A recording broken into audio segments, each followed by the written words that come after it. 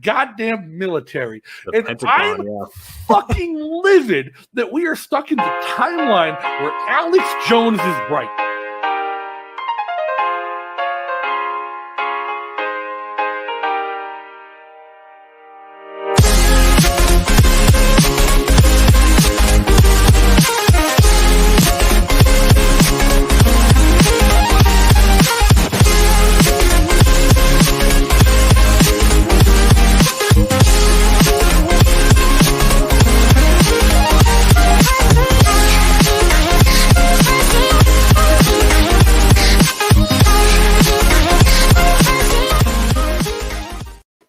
Hey, everybody. Thanks for tuning in to another episode of O'Donnell for Liberty. As always, I'm your host, Justin O'Donnell. Ian, first things first, give a shout out to our one and only always sponsor for every show, SneckSwag.com. You guys can head over and get your favorite Liberty and Freedom swag today. And as always, free shipping. Highlighted shirt today is my personal favorite, the Don't Assume My Tender, with all your favorite cryptos to show off, because nobody's going to take crypto unless you ask them to pay in it. All right. Now, our guest today is someone I've been excited to have on for a couple weeks now, ever since the news with what's going on with Shapeshift and the decentralization and getting away from the KYC, and is, I think, Eric Voorhees put it, outrunning the regulators. We're bringing on the Director of Decentralization over at Shapeshift. Everybody give a welcome to Willy. Willy, how's it going on? Thanks for coming on today. Hey, everybody. Thanks, Justin. Having the best day ever. How are you doing? I'm fucking great. Now, first question off the bat is, why do we need a Director of Decentralization? It's a great question. What are you doing? And honestly, I anticipated this question. You know, again, we're open to better names for this title. I like the Decentralizer. I think that's kind of the best name we've heard so far. So why do we need a head of decentralization, right? First of all, hopefully you guys can appreciate how hard it is to come up with a good title that encompasses this role that I'm about to explain to you. So this role is for the foundation. So Shapeshift right now, we're centralized. We've announced that we have this mission to fully decentralize, and that's going to take some time, right? We are off to a great start. We've launched this DAO. We've transitioned, a ton of control to the token holders, including this DAO treasury. But right now, as it stands today, we're still centralized.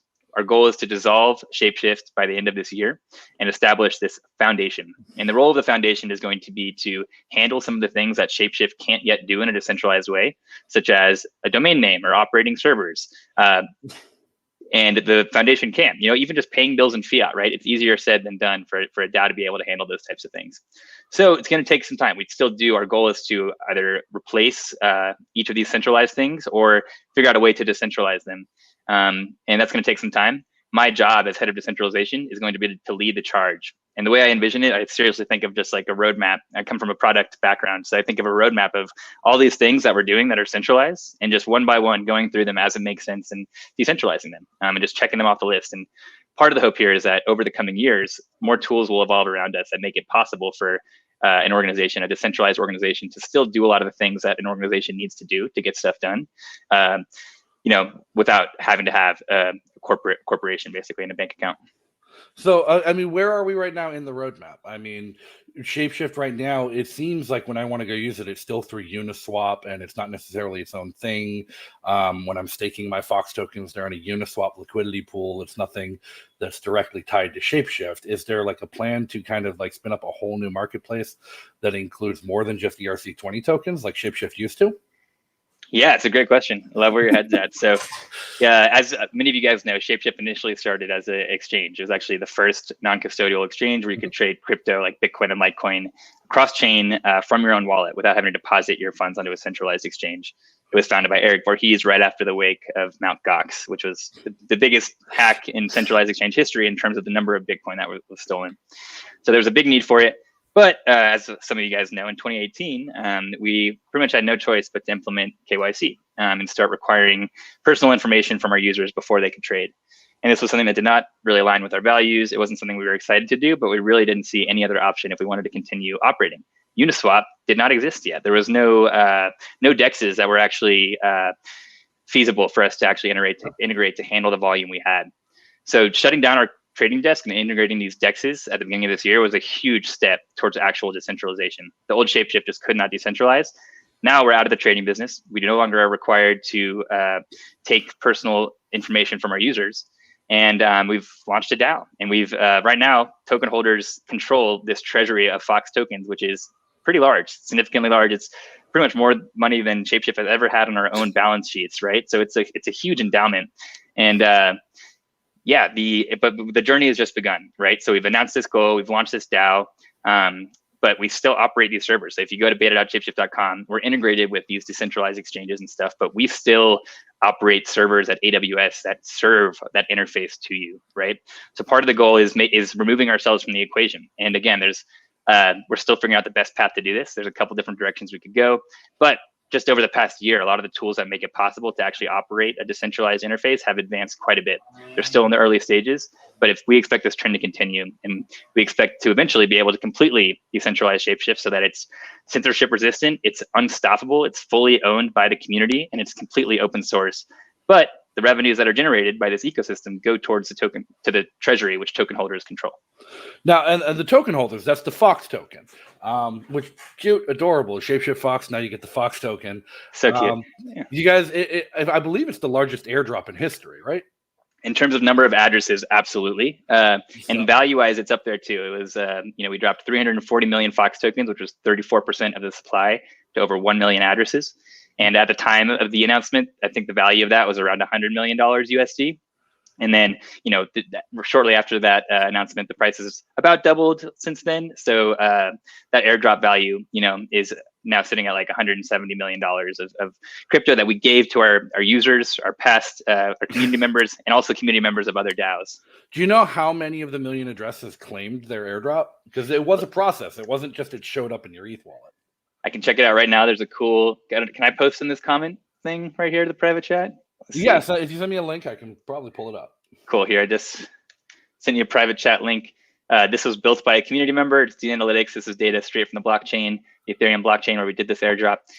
So far, it looks like almost 14 million Fox has been claimed, and it has been claimed by, as far as the number of addresses, 33,500 addresses.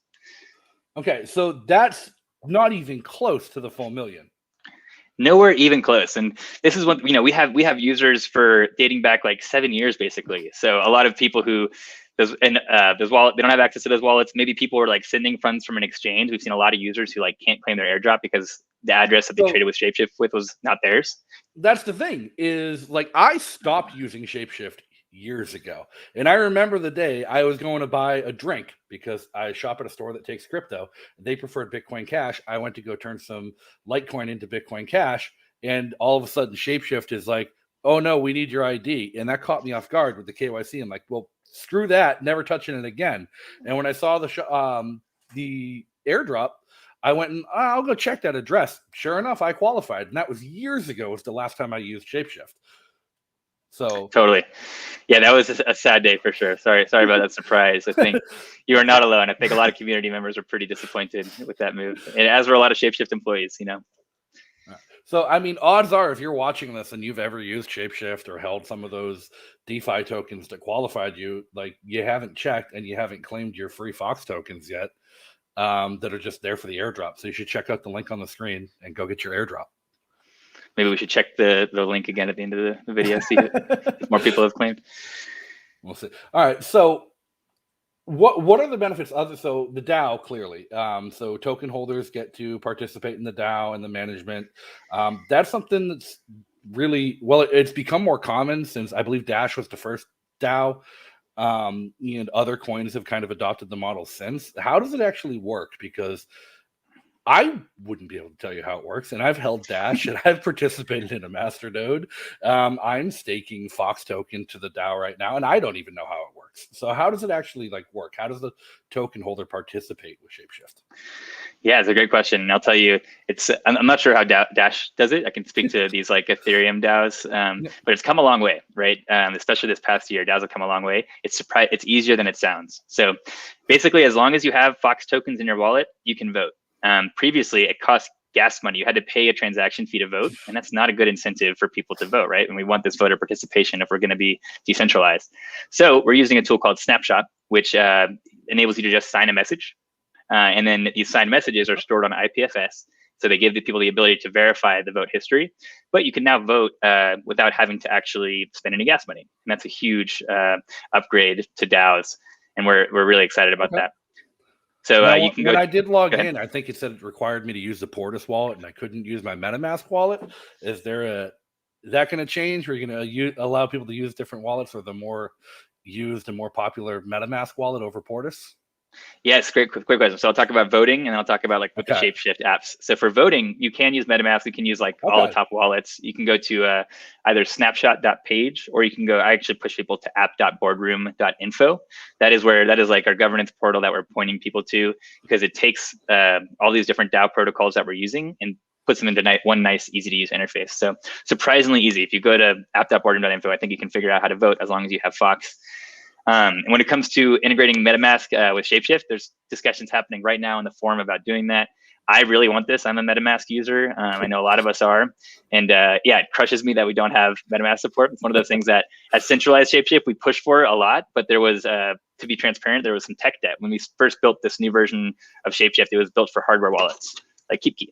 And hardware wallets are all about XPubs, right? Like if you're going to, we're multi-chain. So if you're doing transactions on Bitcoin, there's not just an account, right? Like for best privacy, every time you use an address, you get a new address, and XPubs are what enable that. So our whole architecture was designed around XPubs. An extended public key is what that stands for. And whereas MetaMask and these other wallets, they don't have any concept of XPubs. These wallets that are built for Ethereum only or Ethereum first, they're account based. And so that's the tech debt. That's the long technical answer for why we don't yet have MetaMask, is that one, there's tech debt. Two, as a centralized corporation, there was only so much with closed source code. There's only so much we could build. And so there was always a challenge with priorities, and we just couldn't ever actually get that prioritized. But the hope is that with this new open source version we're releasing, we'll be able to build a lot faster, and anybody will be able to come at this. And we're building it with all the lessons that we've learned over the past 3 years since we launched the new version, and all of the advancements that have happened in the past 3 years. So it's really going to be like a nice modern app, and it's going to support MetaMask. I have no doubt about that. All right, and there is the proprietary Shapeshift wallet still. Like I keep getting pushed. I've downloaded it. To be perfectly honest, I haven't opened it or even looked at it yet on my phone. But I did download the Shapeshift wallet. What makes that unique? And is there any benefit to holding your Fox in the Shapeshift wallet as opposed to MetaMask or Coinomi or any other Ethereum wallet? Yeah, so the Shapeshift native wallet, there's definitely some unique things about it. At the end of the day, it's a great crypto wallet. So, and it's multi-chain and it's free. But what's really unique about it is that you can sign up with an email and password. So if you're familiar with Portis, it's one of the biggest MetaMask competitors. Portis is a Shapeshift product. They've kind of pioneered creating a wallet with email and password, and there's some really cool encryption behind how that is possible and how you can sign up and get a wallet with email and password. You can still back up your seed phrase if you want to and have custody, and we never can see your seed phrase, basically. So that was Portis's innovation. That's what we built the native wallet with. Okay. So yeah, you can. It's like, I like to think of it as one of the easiest ways to get your friend started with crypto. Like if your friend wants to get started, yeah, you can send them to MetaMask, but it's probably going to take some hand holding. It's going to be a tough experience for them to get going, right? You can send them to Shapeshift. They can sign up in a minute. They don't have to back up their seed phrase right then. You can say, hey, when you have a chance, go home and back this up. You can send them crypto. There's no KYC anymore. It's a really easy way to get started. And it's multi-chain, which is cool. The most important part to people like me is there's no KYC anymore. Oh my gosh, it feels so good to say that. Yeah. You were telling me earlier before we went live, like it was your first day working at Shapeshift when KYC came down. Like how did that get taken in the office? How did that get taken in the company? It was pretty devastating. So yeah, my history, I started a company called Bitfract that was acquired by Shapeshift. So I was a huge fan of Shapeshift. Like it was actually one of the first crypto apps that I used that my friend showed me. And it would help me realize like, wow, crypto is so cool. And I thought Shapeshift was so cool. And this was pre-KYC. So then, I'm so excited to come work with Eric and the Shapeshift team on building what is now the new Shapeshift. And on our first day, we had this off fox where basically Eric told the whole company about how they had done research to see if we could avoid this, but it was pretty clear based on the legal analysis that we either had to implement KYC or stop operating, and there was no real middle ground there. And so we agreed at the time, everyone agreed that the best path, like we could either just give up and close, but that's not really going to help drive crypto forward, right? Sometimes you got to lose the battle to win the war. And sure enough, years later, here we are. We're still around. We're still alive. We lost a lot of our users when we implemented KYC, but we've pivoted. We've adapted. We've shapeshifted, and we're not going anywhere. And now we have been able to survive long enough that we actually could get rid of KYC and integrate these DEXs that just weren't possible back in 2018.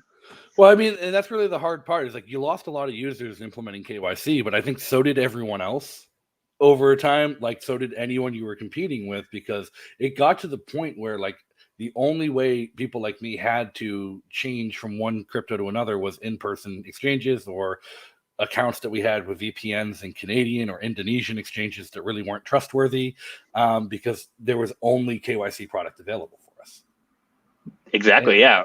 And it was tough too, because, we were based in the United States, but we had some competitors that were not based in the United States, and they were providing the same service that Shapeshift did. They had built it after us, and they didn't require KYC. A lot of them now do, but that period of time where it just didn't there was no great reason for a user to continue using Shapeshift. It was like, why would I do this and give you my personal information when I can get the same service elsewhere? A lot of wallets that integrated Shapeshift, like Exodus, also replaced us with these competitors that hadn't yet implemented KYC. So it was tough. And I should correct myself. It wasn't that it wasn't possible. It was that no one had really figured out a way to do it well, right? And so huge props to Uniswap for like figuring out the automated market maker model. Like that was such a game changer. And when we saw that at Shapeshift, we were like, oh my gosh, they've done what we tried to do and we always dreamt of doing, and they've done it better. And like, we should just give up now and just integrate them. I mean, if you can't beat them, just steal their work and make it better.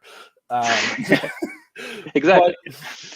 But I mean, when it comes down to it, even like the Uniswap platform and the current version of Shapeshift really limits us to ERC20 tokens, and things that are built on the Ethereum blockchain, which, well, I get is an absolutely massive chain with thousands of different tokens and coins built on it. It isn't the end all be all. There's still the Cardano chain. There's still coins being built on Bitcoin. There's still the SLP protocol for Bitcoin Cash, where people are building new coins and new NFTs on those other chains that we don't yet have access to using Shapeshift and Uniswap. Is there a plan to actually go back to cross-chain support? Yes. In fact, not only is it our plan, we did it. We launched this back in April. And again, so the protocol that enables this is called Thorchain. Or also there's a proposal that just passed to integrate Osmosis, which is Cosmos's IBC blockchain for doing cross-chain swaps. So there's kind of two different cross-chain trading protocols that one that we've already integrated, but it got hacked a couple times. It got exploited. And so right now the whole network is halted basically. And that's why you can't now trade native Bitcoin for Ethereum on Shapeshift. But the day that Thorchain launched, Shapeshift launched alongside them with an interface where users could come trade Bitcoin for Ethereum natively with no KYC, without trusting any middleman or centralized counterparty. And unfortunately, it's down right now, but we're really excited. We still believe in Thorchain and are excited for them to come back. And also excited to integrate other cross-chain protocol, trading protocol, because we agree that is an essential piece of the ecosystem. Okay. And now, even with Fox token being an ERC20 being built on the Ethereum blockchain, there is still a reliance on Ethereum. There is still kind of, I got to pay my gas fees to transact my Fox. I've got to pay my gas to claim my staking rewards or whatever. How is the shift in proof of stake going to affect Fox? Going to affect the DAO and everything else with Ethereum? Yeah, my hope is that the shift to proof of stake, as well as all these layer twos that are already out, basically, and that are going to be incorporated into the layer 2 or into the Ethereum 2 roadmap, are going to give us some significant scalability improvements. And it'll be interesting. We'll see if fees on mainnet actually end up coming down. I've heard some pretty good arguments for why it's just supply and demand, right? And as the price goes down, then the demand will increase, and that could keep actually the prices on mainnet kind of similar to what we're seeing right now, which is why I am very bullish on these layer 2s. And already right now, Fox, it's on some layer 2s. It's on XDAI, which is more of a side chain. But there's discussions to get Fox liquidity onto more of these layer 2 protocols. Because I think that's how we're going to onboard the masses, right? I really think that there's just not enough space on layer 1 to onboard the masses, and I believe that we're going to be onboarding them. So I'm pretty bullish on an L2 centric future. Onboard them sooner rather than later. I will say that was my big holdup. Like when I first heard of the airdrop, when I first heard of Fox token, I went looking for it, found the Shapeshift site, looked at it, checked my addresses. It's like, you qualify. I'm like, freaking sweet, claim. It's like, pay your gas fee, $47. I'm like, fuck it, I'll come back tomorrow. And I waited a solid like 4 days till the gas fees came down to even claim them, because I was like, I'm not going to spend more than $8 to claim this. It's not worth it. It's only a few $100s. It's like at that point, like how much am I going to spend in gas to get use out of it? And I'm excited to hear we don't have to spend gas to vote in the DAO. That's incredible. But it's still having to spend gas to do anything else on Ethereum. Why did you guys choose Ethereum over Cardano or even creating a new chain that could work in cross-chain? Yeah, well, so for Cardano at least, just wasn't possible for us, especially when we launched the Fox token. I'm not sure. Not do they yet. have? I Do don't they think have? it's Right, yet. not yet. But it's coming, right? It's coming soon, so we'll see. And ultimately, at that point, it'll be up to the token holders. Like Fox, it started on the Ethereum blockchain, but there's no reason it couldn't migrate to a different blockchain. Certainly don't have any plans for that immediately, but it's up to the token holders in the community to decide the best path forward. And yeah, Fox Chain has been something that's come up a few times. If it makes sense, then yeah, we should consider it. And the way that it could make sense for the skeptics out there is that we really want to be decentralized, right? And so in order to be decentralized, someone still needs to, either you're running your own node or someone's running the node for you. And again, we probably, it's great to run our own node, but that's probably not the best onboarding path for the masses, right? And we really want to be the interface that enables the masses to access this decentralized future across multiple chains. So Fox Chain could be a way to incentivize people to run these nodes and to provide this blockchain data to users to serve it to them in a decentralized way. That's one kind of argument for why we might do a Fox Chain. But totally, I mean, we're all just brainstorming, and it's fun to think about. But who knows, right? And there's also other people who are trying to solve that problem of this decentralized infrastructure. So we might not need to do our own chain. Well, but if it makes sense. That is one of the fears that I've heard about Ethereum going to proof of stake, is that their requirements to set up a validator node is like an insane amount of Ethereum you need to commit to the node, that like your average person just doesn't have $100,000 lying around they can lock up on a node just for the sake of running it. So how decentralized is it really if you're only limiting it to big bag holders?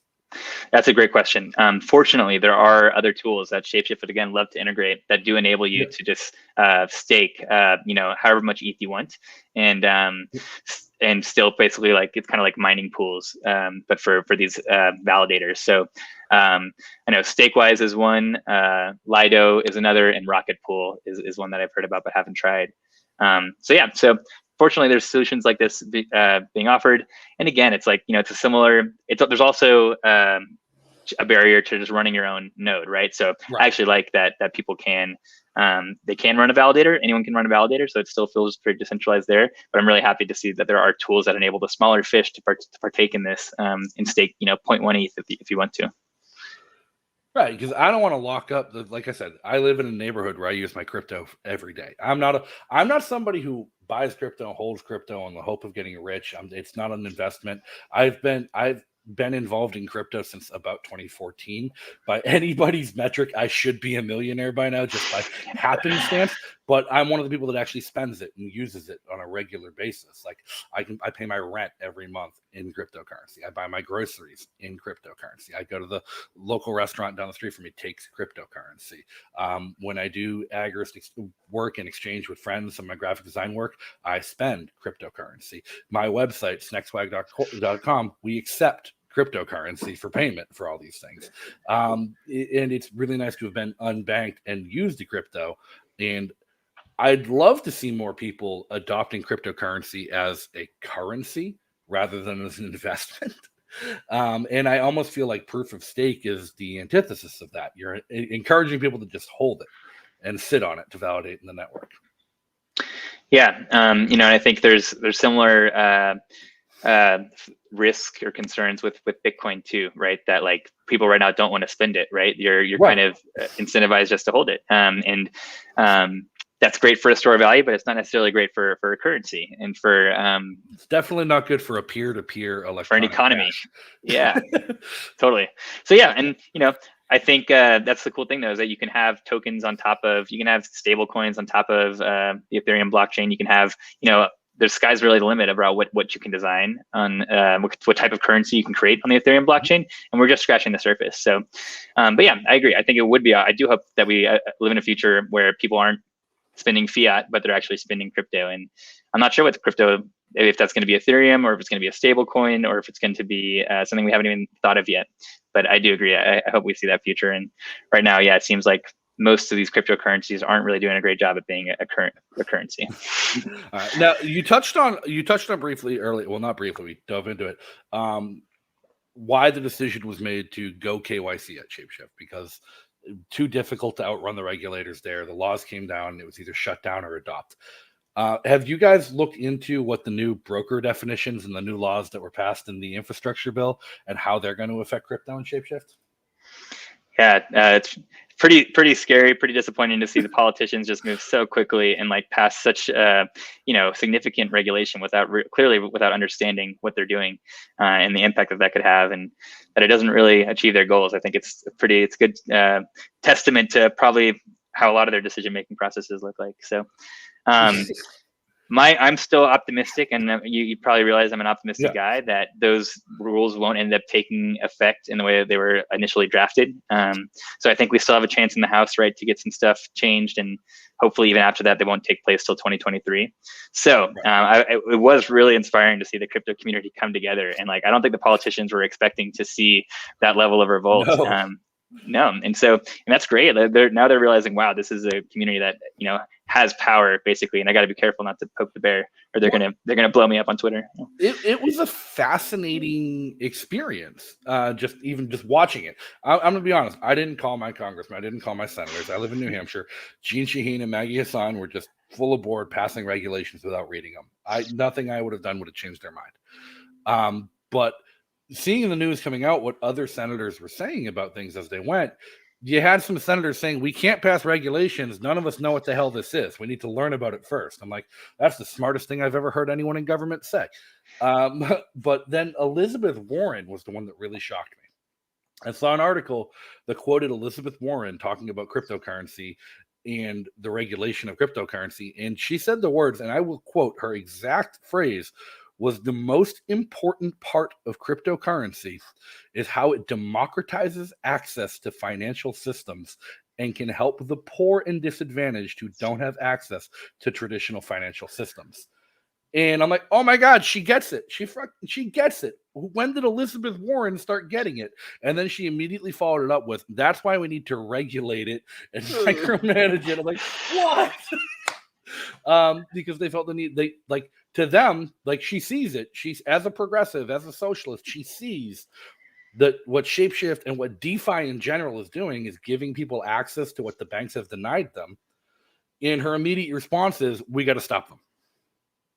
I know, it's so interesting to see that. And I think that it helps shed light that, at the end of the day, I don't think these politicians are evil, right? I don't think a lot of us, even libertarians, think these people are necessarily evil. They're just confused, and oftentimes we want the same thing, right? We want, at the end of the day, I like to think that they have the best intentions for society, just like Bitcoiners and people in the Ethereum space do. We just have different ideas around the best way to do that. And it's hard. I think that they definitely understand a lot of it, but what it shows me is that they still don't have a technical understanding. And that's something that we can do better. We need to do a better job at educating them and showing them that how amazing these things are and how they can help the masses and how they don't necessarily need to be regulated and the challenges that regulation can bring. And, I don't know, I guess we need to remind them, the track record of how regulation has done for the past 100 years when it comes to currencies and helping out the poor. But yeah, I think ultimately, if we can help show them that we're on the same side, we're not against you guys, we're not a bunch of terrorists that are trying to, sell ransomware, where we have similar end goals, and maybe we can have a better conversation around the best way to get there and come to a happy medium, or maybe bring them over to our side. Maybe that's a DAO proposal I should write. Maybe the Shapeshift Foundation should hire a lobbyist, somebody to go educate legislators on how crypto works. Yeah, totally. But yeah, let's just try and do a better job than the Uniswap proposal, which, I don't want to share any opinions on it, but it was a good sign of how things can be done just in a more transparent way, because clearly there was some controversy around that. But at the end of the day, too, I think that group did end up helping lobby against this bill. So it's yeah, I think at the end of the day, I don't like lobbyists and stuff, but if there was one thing to lobby for, yeah, exactly, it would be for educating the regulators on this whole cryptocurrency movement, and that actually we're on the same side here in a lot of ways. Lobbyists are the evil that you recognize you might need them even if you don't like them. Well said. I think that explains my thoughts on that perfectly. Now, what about like a state level solution? Like, have you guys have you followed any of the state, like we'll call them annulment movements, where they're passing state laws to protect crypto and like just an edicts to disregard financial regulation from the federal level? Like, I know here in New Hampshire, we there was a state law passed that just like openly broad scope protected crypto and told the feds to butt out in New Hampshire. And what that ended up doing was it led to the state not issuing money transmitter licenses to Bitcoin dealers because the state doesn't consider that a licensable thing. The state doesn't regulate it at all. And then the feds coming in and arresting people for doing it without a license. Yeah, I'm not the best. I'm not an expert when it comes to regulations by any means. But yeah, I think it's not very clear right now. That's a big part of the problem. And there's like so many different regulators, and there's these federal laws, there's state laws, and it's like this is a perfect example of why it stifles innovation. Because right now, if you want to start a DAO, you can just go onto the to a website and launch a DAO directly onto the Ethereum blockchain in minutes, and you don't need to deal with all this regulatory stuff. And you can see how that is such a great bed for innovation, right? Like if you can have these hackathons and people can create a DAO in the course of a weekend and create a project and not have to worry about the regulations. I remember at ETH Denver, actually, it was pretty funny, the hackathon at ETH Denver last year. I'm watching all the pitches from these projects, and there was a regulator. I don't remember who or what their position was, but they were one of the judges.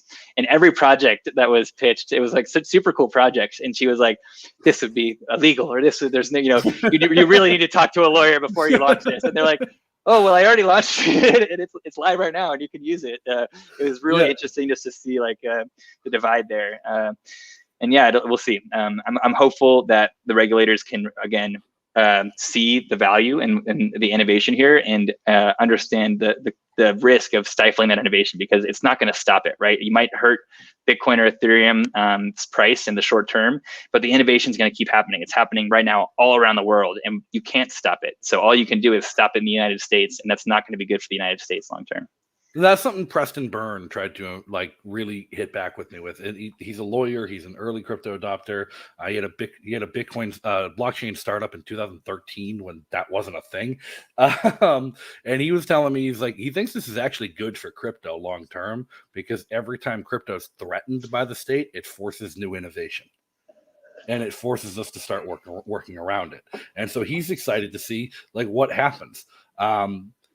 Like I even tried to call out Shapeshift because like he started going down a list of like how he thinks it's going. As a lawyer, he thinks the law is going to be interpreted and how it's going to affect. And it's like basically, until you like completely decentralize and issue a client that people can download, as long as you're continuing to operate a web interface, they might be able to claim you're a broker. And I'm like, oh, so Shapeshift is still a broker. He's like, well, Voorhees isn't stupid, so I think they got it figured out.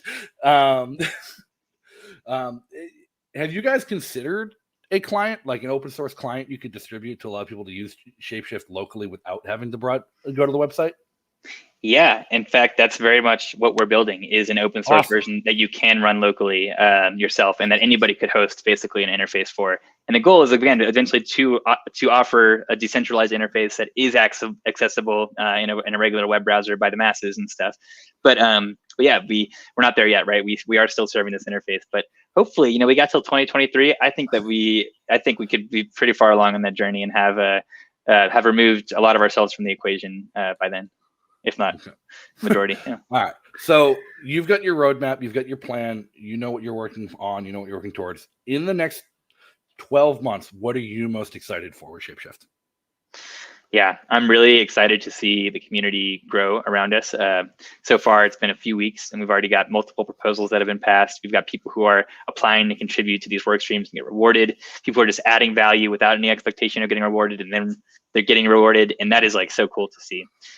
So I'm excited to, one of my big goals right now is to encourage both current Shapeshift employees and community members to like step up and start contributing to these work streams. We've got a ticking clock for where Shapeshift will dissolve, and all these 65 full-time employees we have will no longer be employed by Shapeshift, right? And I think it's going to be really valuable for the DAO if we can retain this awesome talent that we've recruited and trained over the years, and have them continue to transition and continue contributing to the DAO however they see best, wherever they want to add value. And along with that, there's going to be a lot of challenges and learning. We're all figuring this stuff out together. But it's fun, man. You've been in the Discord. We're all hanging out in there and stuff. We're building cool stuff with our internet friends, and like we're just having fun. So I could think not I be more saw excited. like one of the DAO proposals was to build NFTs celebrating Fox and Shapeshift. Like it's what there's just random stuff people are throwing out there that they think might work and running with it. Totally. And, like I've got my opinions on NFTs as being useless.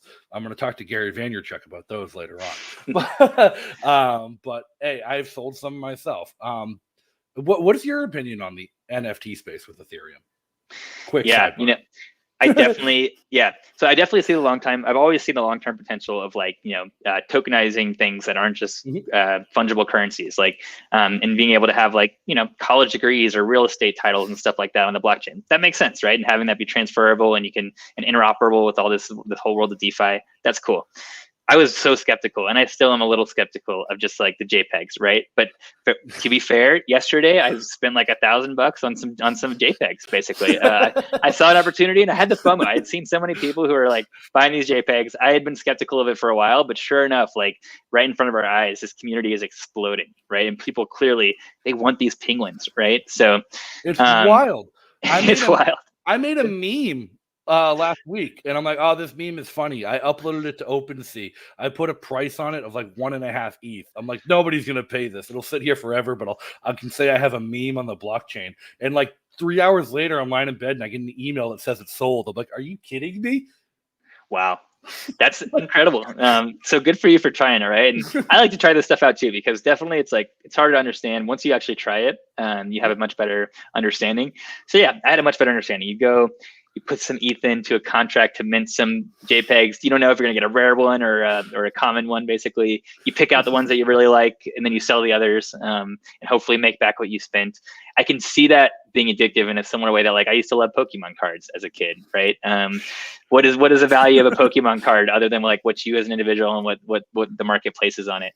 So clearly the market is saying that these things have value, right? And so we'll see how much of a bubble it is. We'll see how much this trend can sustain, but I don't see it going away anytime soon. I think that maybe the market will correct a little bit and we'll stop spending millions on like all these JPEGs. Maybe it'll be a little bit more reasonable, like $70 for a JPEG. I don't know, but I don't see the trend going away anytime soon, just based on the community sentiment right now. So when are we getting our Fox NFTs? Yeah, so there's a conversation going on right now. We actually had built these Fox avatars, so we've got a lot of it ready. And yeah, we think it'd be a great way for the DAO to generate some revenue. So the current thinking is that we might do this, and it's just an idea, but we might do like 10,000 of these NFTs, and they'd be randomly generated, super cute foxes. Some would be rare, some would be more common. And the DAO would mint the first 1,000. So if you're one of the first contributors, one of the first 1,000 contributors to the DAO, you can get one of these for free. Instead as your profile picture, pick yours out. First come, first serve. The sooner you start contributing, the more rare one you can pick.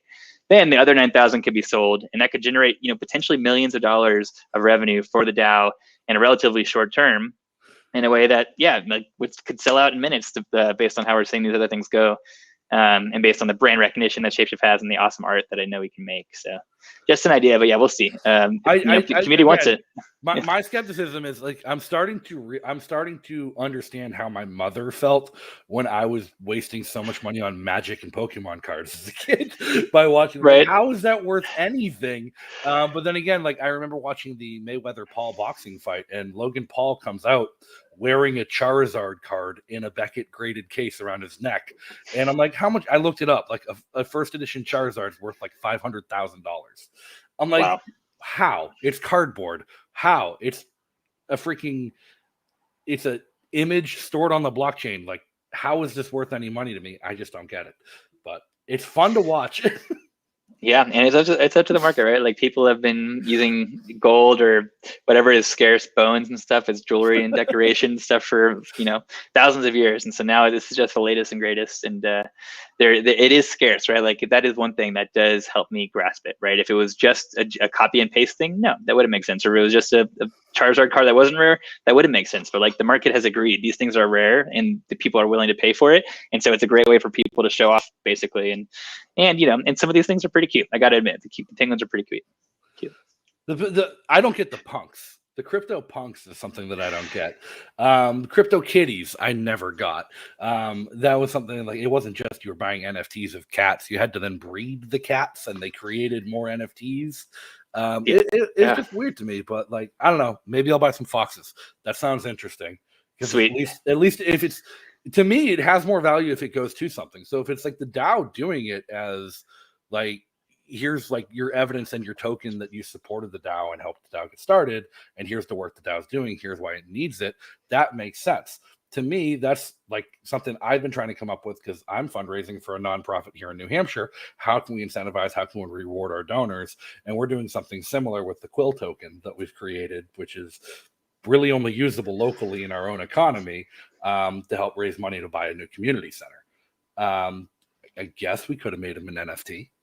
But yeah, well, and you could do a retroactive one, but that's a great point. Is like, if you have, people do love that, right? They love being recognized. They love being able to show that they did good or that they were part of something cool. So if you can do an NFT too in a way that doesn't cost you necessarily any extra, but can really like make your community happy, then do it, right? And a perfect example, I don't know if you've heard of these POAPs, POAP, proof of attendance protocol. Yeah, I got one yesterday from the Discord. It's just like, I'm like, what is this? Thing? I clicked on a link, and next thing I know, I have a POAP in my MetaMask wallet. I'm like, okay. There you go. So you got your stack and your first POAPs. You're off to the races.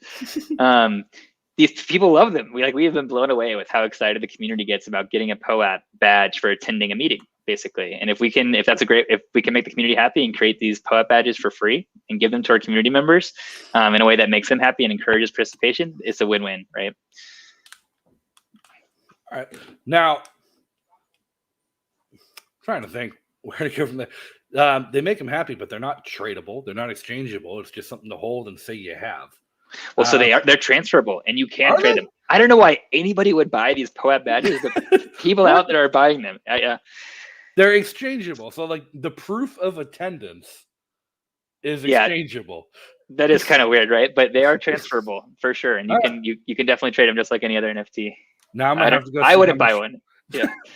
That would see how much they're worth. I mean, the only NFT that I've gone out of my way to actually pay for and buy so far was an unstoppable domain. That one made sense to me. I got my domain. I got justino'donnell.crypto. Except when I went to go map my addresses to it so it would work, it's like $700 in gas, please. I'm like, what the hell?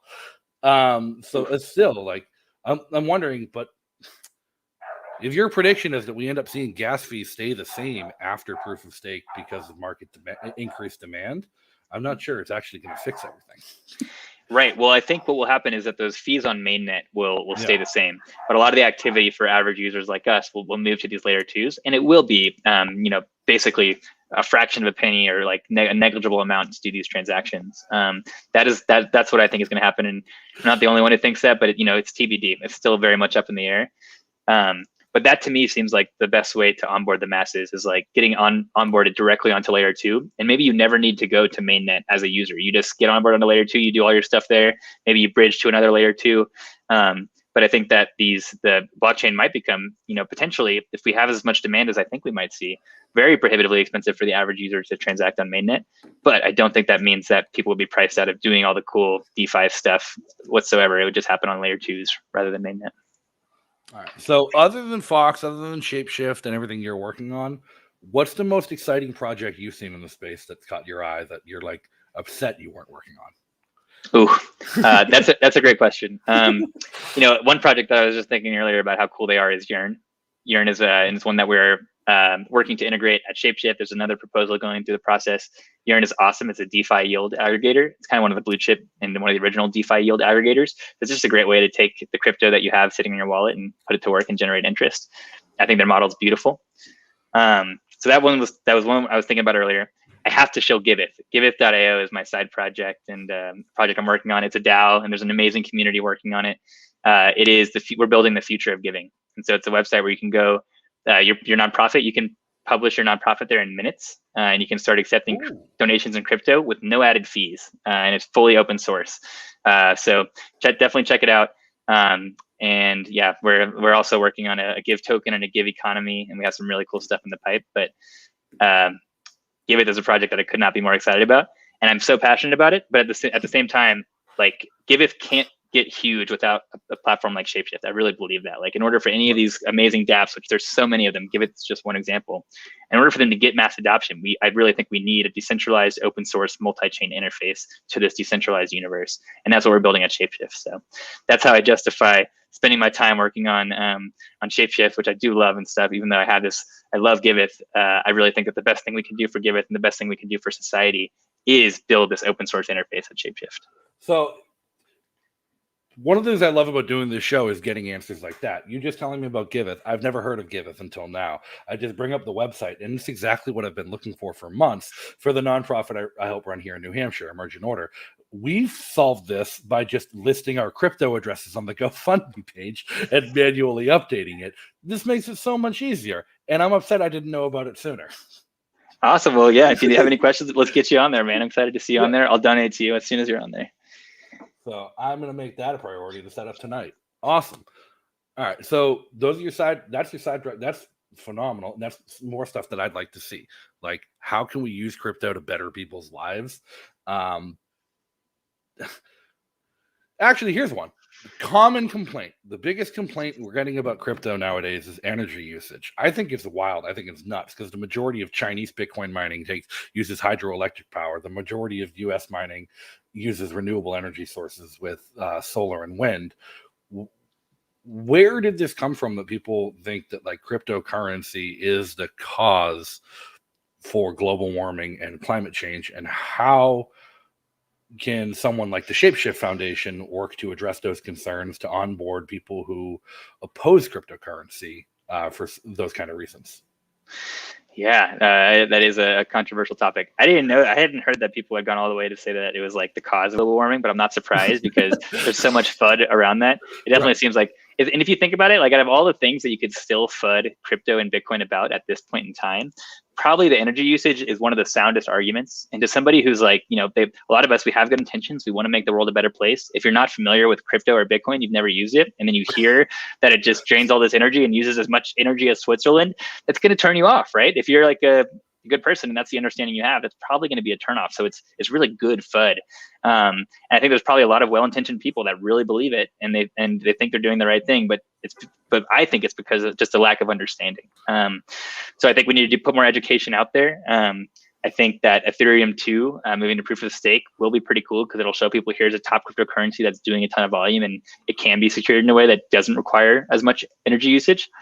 But also, I think that maybe it's like there's so many different sides to it. And I don't think that all that energy usage is necessarily so bad. Like, I think if you compare it to all the energy that banks use, it's probably a drop in the bucket relative to that, right? And I think it's providing more benefit to society.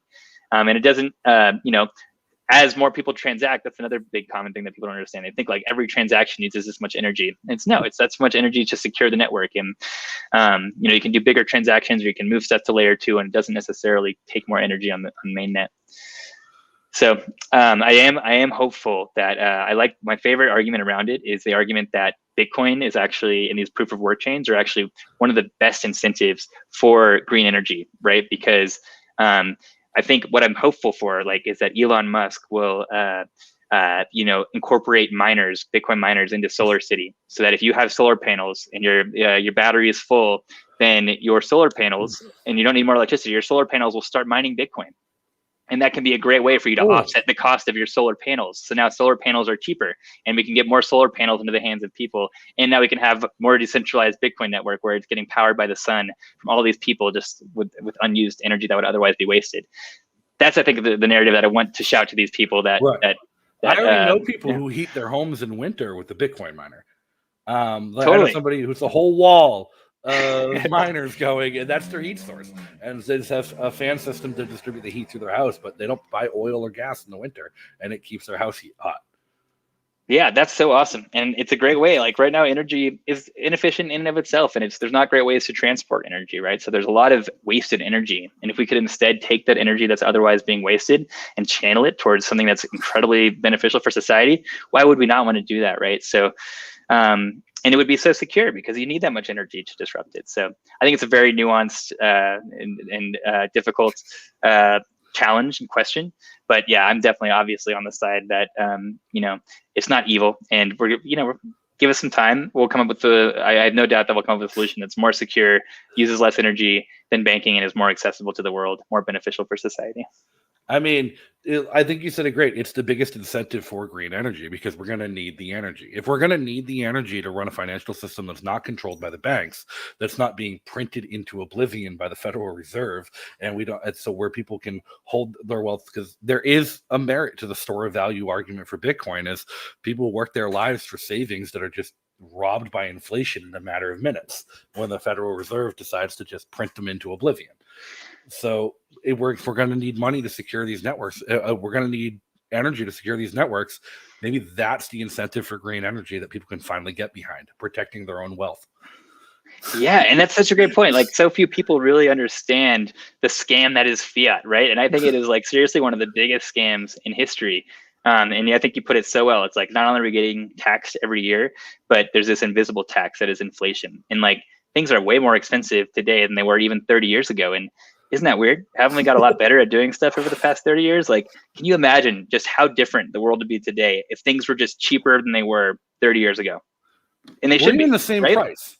Even the same price. Same price. Yeah. Like I was talking to Shoe on Head last night, and she like crypto came up, and she's like, I don't even know what Bitcoin is. It's just made up. And I'm like, well, what's $1? She's like, a piece of paper that we made up. I'm like, exactly. Like the difference is I can't print 1 million more Bitcoin tomorrow. Right. Let alone trillions. Yeah, exactly. Right. Yeah, so, exactly. All right. I mean, with everything going on in the world, with the climate change FUD, with the ongoing never-ending wars. I know one just ended, but I'm not super optimistic it stays ended. We'll see. Politicians need to get paid somehow. And the Federal Reserve just hemorrhaging money, printing more money left and right to prop up a failing economy. And other countries, like we've seen Greece and Germany and the EU faltering for a decade now. China, we've seen with their currency manipulation for several decades, that like there's no idea what the Chinese currency is actually worth. Everyone in the world using the US as a reserve dollar, and it collapsing to nothing with rising prices, rising inflation.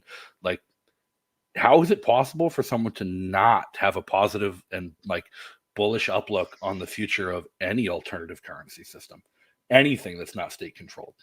Totally. That's how you and I feel. And I try to remember what before we knew about all this stuff, right? And like they didn't teach us this stuff in school. So like, and the dollars work. Like, especially like we are pretty blessed in the United States to have a dollar that is the global reserve currency, and it only inflates, a few percent or maybe 10% when they just don't tell us about per year. But it's not so bad that it like really we notice it day to day. It's like a frog getting boiled slowly, right? And so people are happy. They live their lives. They eat McDonald's. They watch Netflix, and like they don't even notice this stuff, even though a lot of them are living paycheck to paycheck, right? And they just assume that that's okay. That's how things have been for a while, right?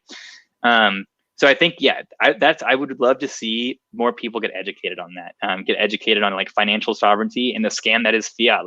Like you said, people don't understand how Bitcoin works, but they don't understand how the dollar works. And like, I think understanding how the dollar works is one of the best ways to get excited about Bitcoin and like be then willing to take the plunge and learn more about crypto.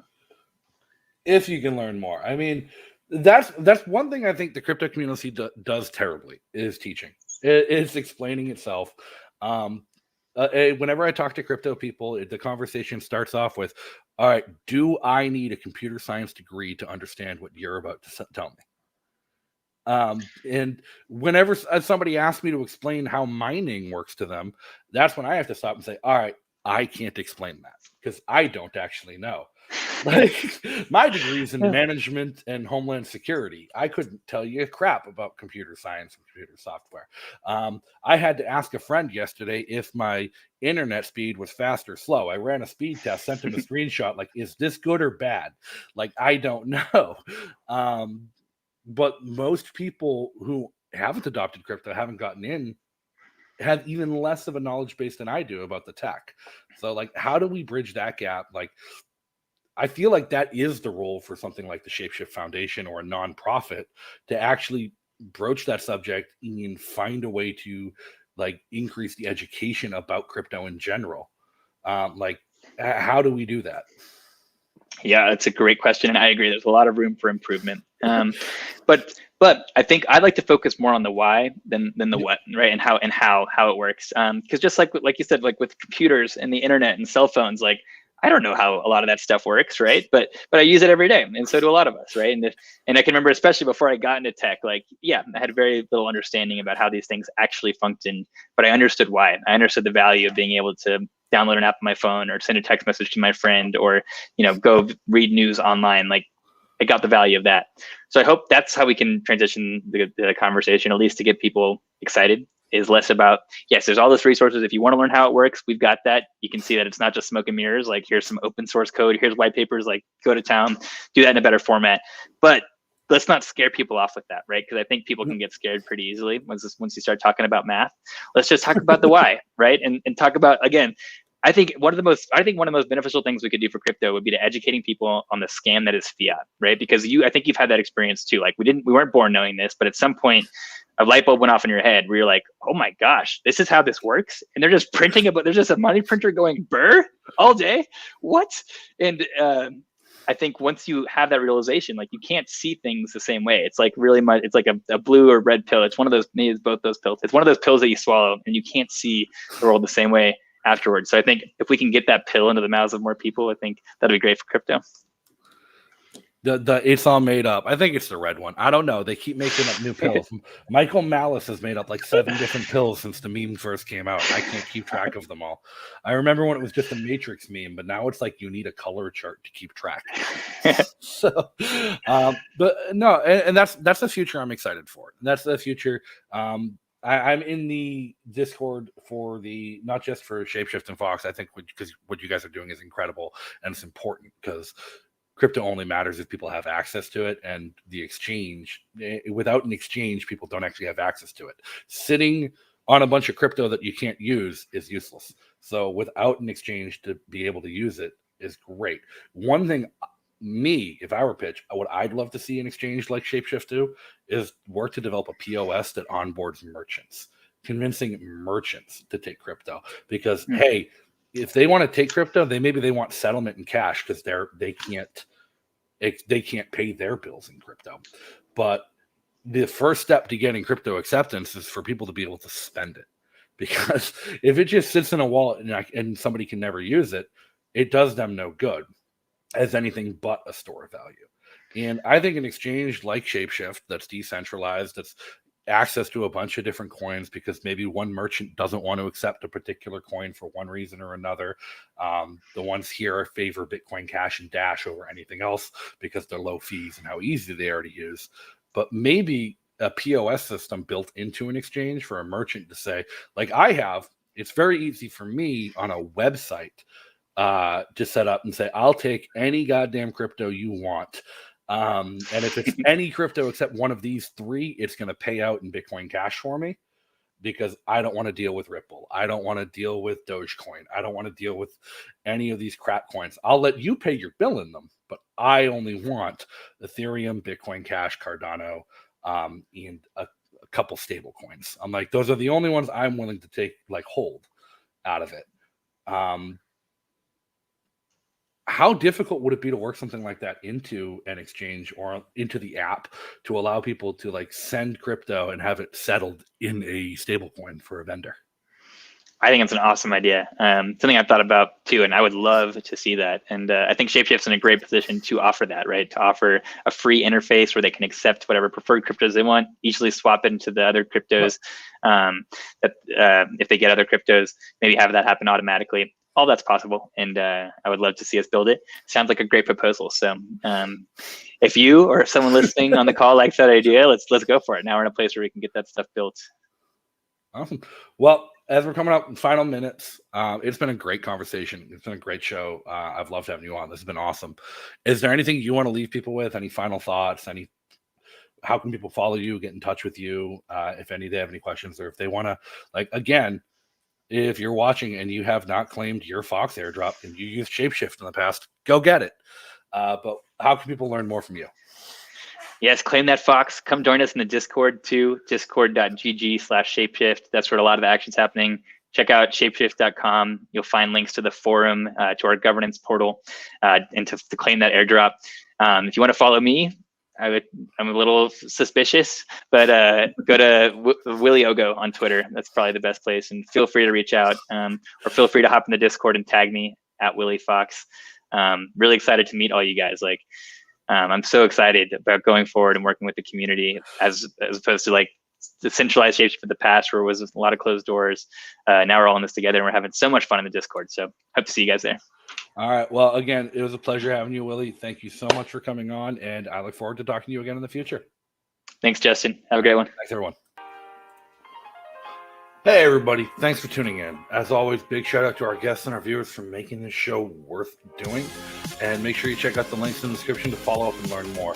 And as always, check out our sponsor merch over on snackswag.com.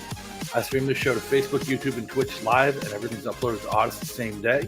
So make sure you check out our channel on these platforms and help out by liking, following, subscribing, and most of all, sharing the content with your friends. That's all for today. See you guys next time.